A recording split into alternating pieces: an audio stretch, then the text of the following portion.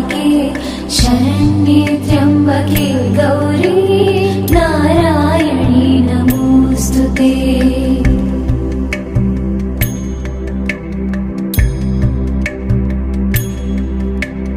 या देवी सर्वभूतेषु विष्णुमायेति शब्दिता नमस्तस्यै नमस्तस्यै नमस्तस्यै नमो नमः।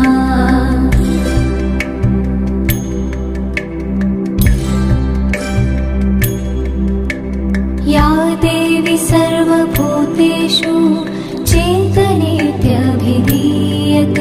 नमस्तस्यै नमस्तस्यै नमस्तस्यै नमो नमः।